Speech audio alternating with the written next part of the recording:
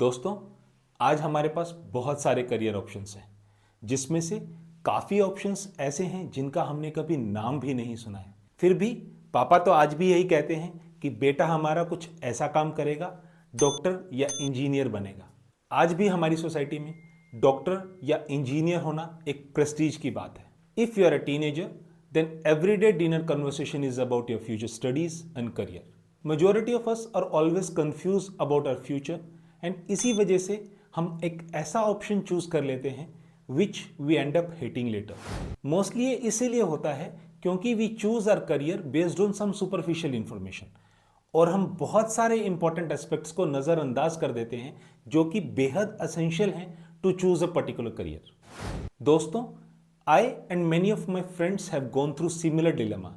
आज मेरी कोशिश रहेगी कि मैं इस confusing yet important decision making के सारे प्रोज एंड कॉन्स को ऑब्जेक्टिवली आपके सामने रखूं और फिर आप डिसाइड करो what suits you the best. Let's take an example of this year, जब 25 लाख स्टूडेंट नीट के एग्जाम में अपीयर हुए, जो कि पिछले साल से 4 लाख ज़्यादा थे, जिसमें टोटल 1,10,000 के करीब सीट्स हैं, जिनमें से 47,000 सीट गवर्नमेंट मेडिकल कॉलेज में और बाकी की प्राइवेट मेडिकल कॉलेज में है। सो अप्रोक्सीमेटली हर 25 में से एक स्टूडेंट को एमबीबीएस की सीट मिली। Whereas if you look at the engineering entrance exam, 12 lakh students appear for the JEE mains exam and around 30,000 seats are available for NIT and IIT. However, if you consider other colleges across the country, then around 12 lakhs engineer pass out every year. So everyone who wishes to pursue engineering will get admission. क्या बात है sir, क्या बात है sir, क्या बात है, ये बात है। अकॉर्डिंग टू NMC, इंडिया में हर 1500 लोगों पे एक डॉक्टर है, जो कि WHO स्टैंडर्ड, जिसके हिसाब से हर 1000 लोगों पे एक डॉक्टर होना चाहिए, उससे काफ़ी पीछे है। इसीलिए इंडिया में आज भी डॉक्टर्स की काफ़ी ज़रूरत है। वो आपको अपने आप करना पड़ता है जी। अब हम बात करेंगे कि इन कोर्सेज में कितना टाइम लगता है, इनकी फीस कितनी होती है और पासिंग के बाद बॉन्ड सर्विसेज का क्या मतलब है। For MBBS, you have to clear NEET exam after 12th, then 4.5 years of MBBS training, उसके बाद 1 साल की पेड इंटर्नशिप। वेयरएज अगर हम इंजीनियरिंग की बात करें तो after 12th you must give JEE exam for entrance, then complete your degree in straight 4 years without any bond. Having said that, आज के इस कम्पिटिटिव दौर में जिस टाइप के एक्सपर्टीज प्रैक्टिकल सिचुएशन में हमसे एक्सपेक्टेड होती हैं, वो ग्रेड फ्रेशर्स ज़्यादातर केसेस में फुलफिल नहीं कर पाते। इसीलिए majority of graduates in both the field go for post graduation, जिसको कंप्लीट करने के लिए we need to spend another 3 years for post graduation after MBBS and 2 years in doing MBA or MTech after BTech. Doing post graduation post your BTech isn't that difficult compared to doing PG in medicine, where only 1 out of 5 MBBS doctor will be getting PG seat, whereas in engineering you get post graduation relatively easy.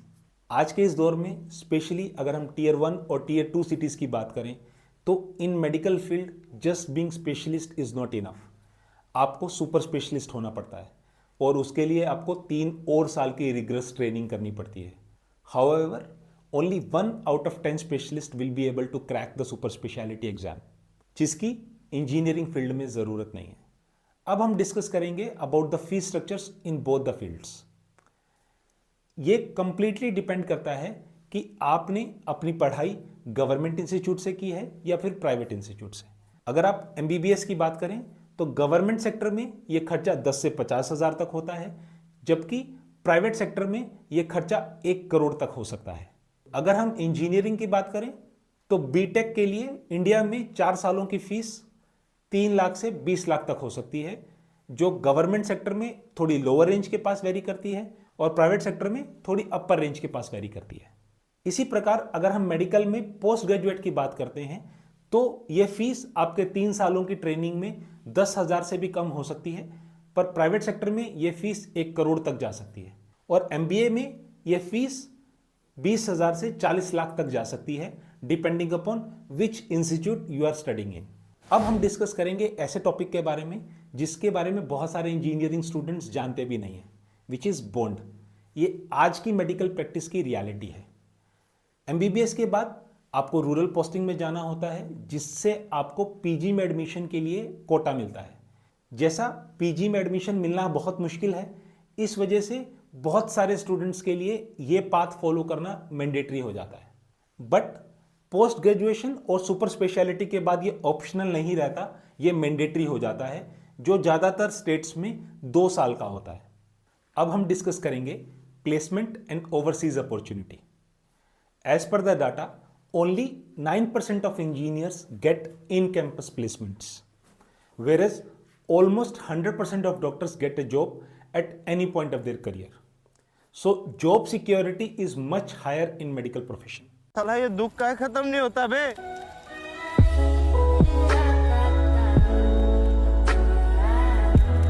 Overseas opportunity दोनों professions में बहुत अच्छा है। उसमें आपकी salaries आपके experience के हिसाब से, आपके रेलेवेंट फील्ड के हिसाब से एंड आप किस जगह के लिए अप्लाई कर रहे हैं उसके हिसाब से वेरी करता है। इसमें डॉक्टर्स और इंजीनियर्स की सैलरी में डिफरेंस बहुत ज़्यादा नहीं होता है, जिसमें ज़्यादातर केसेस में 25 से 30% का मैक्सिमम डिफरेंस होता है। अब हम बात करेंगे एक ऐसे पॉइंट की जिसका आपको बेसब्री से इंतजार है कि डॉक्टर्स कमाते कितना है। पैसा ही पैसा होगा। हालांकि मेडिकल फील्ड में आपको जॉब सिक्योरिटी रहती है, बहुत सारे लोगों को लगता है कि डॉक्टर्स आर फिल्दी रिच। काश ऐसा सच होता। हे रहा नहीं जाता, तड़प ही ऐसी है ना। नहीं, सुके। मेडिकल फील्ड का सबसे बड़ा एडवांटेज ये है कि आप मेडिकल फील्ड में अपनी इंटर्नशिप से ही कमाना शुरू कर देते हैं, जबकि इंजीनियरिंग फील्ड में ऐसा नहीं होता। इंटर्नशिप के समय में आपका एवरेज स्टाइपेंड 10,000 से 30,000 तक हो सकता है, जबकि पीजी में ये बढ़ के 60,000 से 1 लाख तक हो जाता है और सुपर स्पेशलिटी में ये फिर 20 से 30% तक बढ़ जाता है। सैलरीज एज ए कंसल्टेंट, जब आप एज एन एमबीबीएस एक जगह पे काम करते हैं तब आप अप्रोक्सीमेटली 80,000 से 1 लाख रुपए महीने कमाते हैं। As a specialist you earn up to 1.5 to 2 lakh rupees per month, और as a super specialist you earn 2.5 to 3.5 lakh rupees per month.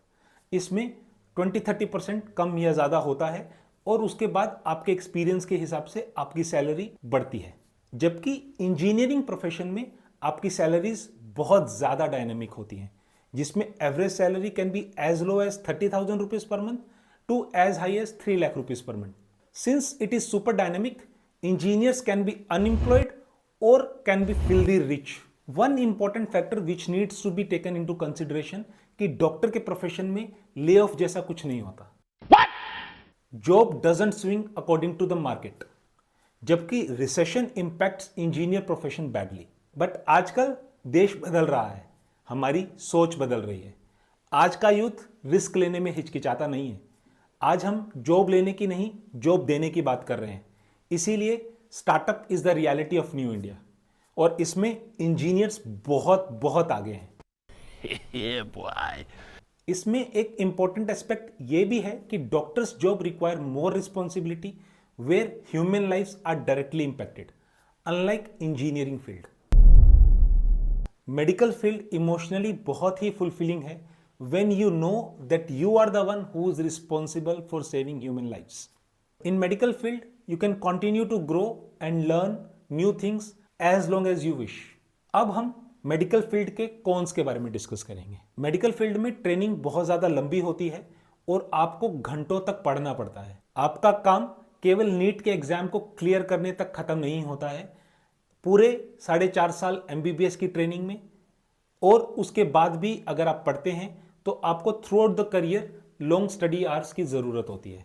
In medical field you have to work under very stressful condition and sometimes you have to work even if you feel that you are burnt out. In medical field, you have years of work where you have to work more than 15-16 hours a day. So work life balance medical field में आने में आपको काफ़ी समय लगता है, but in engineering profession you can have that work life balance little early. सबसे बड़ा con of a medical profession is professional liability, जिसमें doctors has to face day to day lawsuits for medical malpractice. अगर उन्होंने नहीं भी किया है तो भी उनको उस प्रोसेस से जाना पड़ता है, जिसके फाइनेंशियल और इमोशनल कॉन्सिक्वेंसेज होते हैं। अब हम डिस्कस करेंगे pros of an engineering profession, जिसमें सबसे बड़ा फायदा यह है कि engineering profession deals with problem solving and creativity, specially for the problems which affect a larger group of people, unlike the medical profession which deal with one life at a time. Engineering field में आपके working hours regular होते हैं compare to the medical field. आपकी on call duties भी कम होती हैं. आपके वीकेंड और हॉलीडेज फ्री होते हैं, जिससे आपको वर्क और लाइफ में बैलेंस बिठाना आसान हो जाता है. इन engineering profession your job is very unstable. Today you might be having a very high paying job, but tomorrow that may not be the case. Even the market crash has a direct impact on the engineering jobs.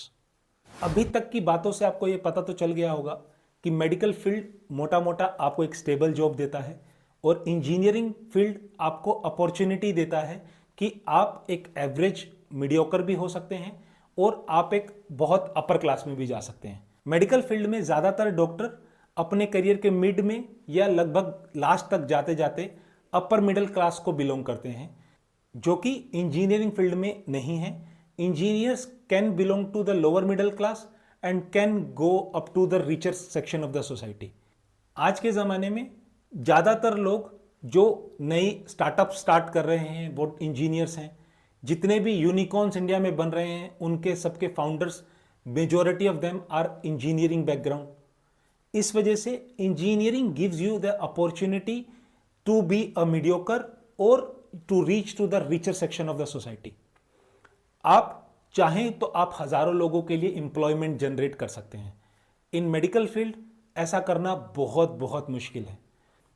दोस्तों, today I try to be as objective as possible to give you my perspective in deciding these two career options. But आपको ऐसा लग सकता है कि मैं medico हूं इसलिए I was biased towards my profession, but I try to be as neutral as possible. पर फिर भी अगर आपको ऐसा लगता है कोई ऐसा पॉइंट जो मैंने मिस किया हो या कोई ऐसा इंपॉर्टेंट एस्पेक्ट जिसके बारे में हमने बात ना की हो, तो please do right me in the comment section. If you like this video, do like, subscribe and share this channel. Until next time, stay healthy with Dr. Bansal.